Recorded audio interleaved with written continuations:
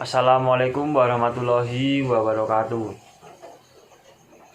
Nama saya Muhammad Farcan Rifai. Nomor induk mahasiswa 20604221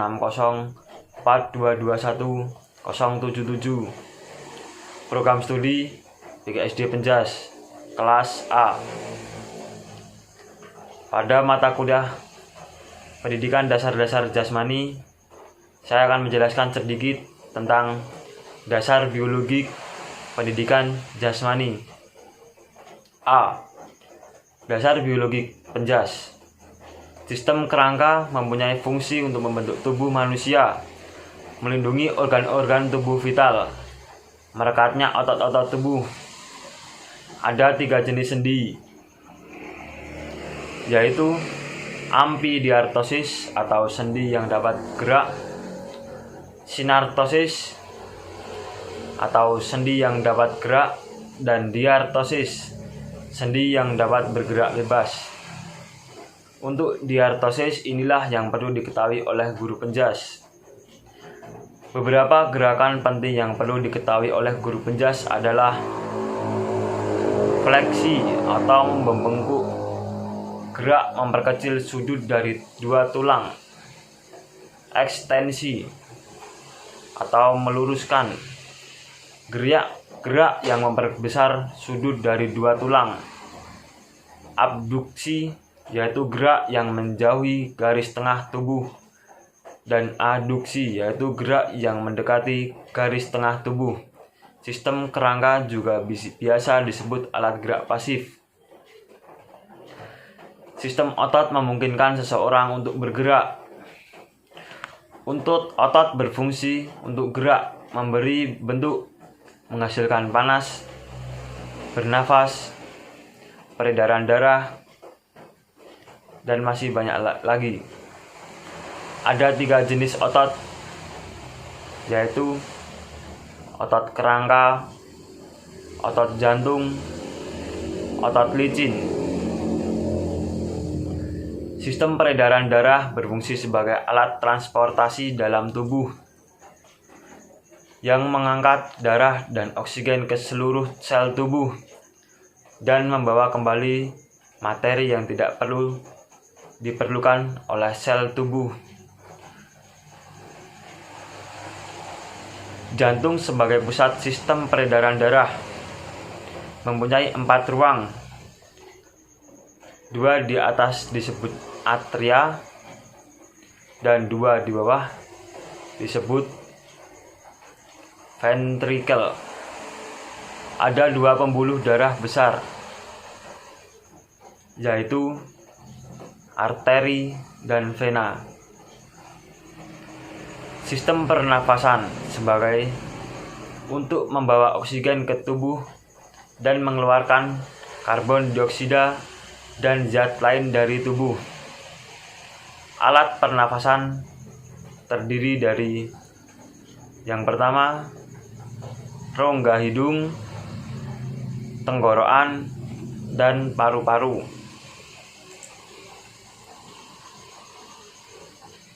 Sistem saraf adalah pusat kontrol tubuh manusia.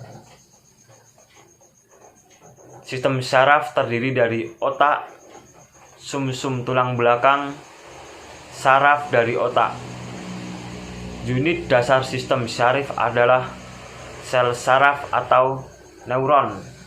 Ada 3 jenis, yaitu neuron indera atau sensori, neuron gerak atau motor, neuron tengah atau intermediate. Otak merupakan bagian paling vital dari sistem saraf, yang terdiri dari otak besar atau cerebrum sebagai pusat kecerdasan, berpikir, merasa, dan perintah seluruh tubuh. Untuk otak kecil atau cerebellum membantu mengontrol gerak dan keseimbangan. Medula oblongata yaitu ujung dari sumsum sel tulang belakang yang berhubungan dengan otak dan serabut gerak, dan indera. Menurut Frost, ada 4 jenis refleks, yaitu refleks penguluran atau anti-gravitasi bumi, refleks sikap tubuh, refleks menarik kembali, dan refleks terkondisi atau otomatisasi gerak. Sistem pencernaan berfungsi untuk menyiapkan makanan agar dapat diserap dan dibawa ke seluruh sel tubuh. Alat pencernaan yang terdiri dari mulut, gigi, lidah, kerongkongan, lambung, usus halus, usus besar, dan berbagai enzim untuk dapat menghancurkan atau menghaluskan makanan baik secara fisik maupun kimiawi. Sistem pembuangan bahan yang tidak berguna seperti sisa pembakaran di dalam tubuh harus dibuang melalui sistem pembuangan. Sistem pembuangan ini melalui beberapa alat, yaitu paru-paru, kelenjar keringat, buah pinggang atau ginjal, dan limpa. Sistem endokrin ada 2 jenis, yaitu kelenjar dalam tubuh dan kelenjar tanpa pembuluh. Kelenjar tanpa pembuluh ini disebut kelenjar endokrin yang menghasilkan zat atau hormon yang langsung diserap di dalam peredaran darah yang berpengaruh terhadap pertumbuhan, perkembangan, dan fungsi tubuh. Sistem reproduksi ini sebagai sarana perkembangbiakan pada manusia yang terdiri dari laki-laki dan wanita. Organ kelamin laki-laki bersatu dengan kelamin wanita atau bertemunya sperma dan sel telur dalam rahim akan menghasilkan manusia baru. Dan yang B, pertumbuhan jasmani, gerak, dan perkembangan. Tingkat pertumbuhan jasmani dan gerak. Yang pertama, masa bayi pertumbuhan. Bayi dalam masa pralahir sangat cepat, rata-rata 51 cm. Pertumbuhan terjadi dari arah kepala ke bawah atau kapalokaudal dan dari tengah ke tepi. B. Masa prasekolah. Pada masa ini, anak telah mempunyai berbagai keterampilan gerak seperti jalan, lari, lompat, memanjat, dan loncat. Keterampilan gerak ini memberikan arti bagi pertumbuhan dan perkembangan jasmani, rohani, dan sosial dalam diri anak. C. Masa sekolah dasar. Penguasaan berbagai keterampilan dasar yang diperoleh pada masa ini akan berguna pada masa yang akan datang. Perkembangan sosial anak terjadi melalui aktivitas jasmani. D. Masa remaja anak laki-laki lebih baik dalam hal beraktivitas jasmani daripada anak perempuan, sebab lelaki lebih banyak mempunyai kesempatan beraktivitas dan adanya perbedaan anatomis. Anak perempuan lebih besar pada usia 10-14 tahun. 14-15 tahun anak laki-laki menjadi lebih besar dan kuat. E. Masa pasca remaja. Pada masa ini kematangan fisiologik tercapai. Otot-otot anak laki-laki masih berkembang.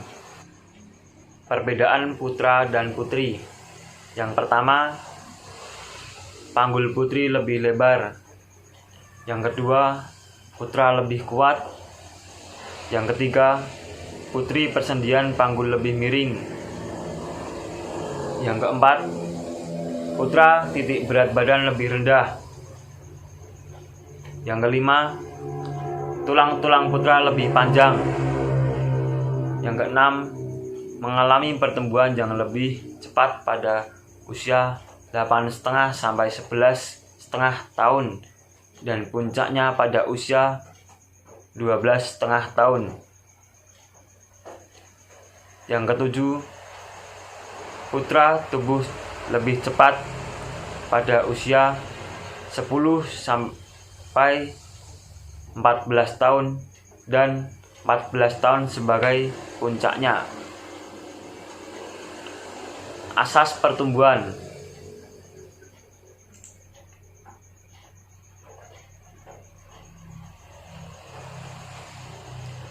Anak normal membutuhkan waktu 2-6 jam per hari untuk beraktivitas. Di samping faktor keturunan dan gizi, sistem organik tubuh berkembang melalui aktivitas jasmani. Tulang anak masih lunak, maka perhatian khusus diberikan agar mencegah kelainan sikap tubuh. Dan yang C, VAL, latihan dan kesegaran jasmani. Yang pertama, Buser-Mehrinsky, fungsi kardiovaskuler, memberikan makanan dan oksigen ke seluruh otot-otot tubuh. Komponen paling penting dalam kesegaran jasmani yaitu syarat dasar fungsi kardiovaskuler baik adalah otot-otot jantung yang sehat. Latihan dapat membantu mencegah penyakit hipokinetik atau karena aktivitas jasmani yang tidak cukup. Yang kedua, nilai latihan tunduk pada asas dasar hukum penggunaan. Apa yang digunakan berkembang dan apa yang tidak dipakai tidak ada gunanya. Latihan banyak bermanfaat untuk perkembangan jasmani, mental, dan sosial. Dan yang terakhir, D, 5 keuntungan latihan menurut Dr. White. Yang pertama, memelihara kekuatan otot. Yang kedua, meniadakan ketegangan syaraf dan memberikan kesantaian. Yang ketiga, membantu pencernaan. Yang keempat, membantu mengontrol obesitas. Yang kelima, memperbaiki fungsi paru-paru dan memperdalam pernafasan. Itu saja yang dapat saya sampaikan. Semoga dapat bermanfaat. Sekian. Wassalamualaikum warahmatullahi wabarakatuh.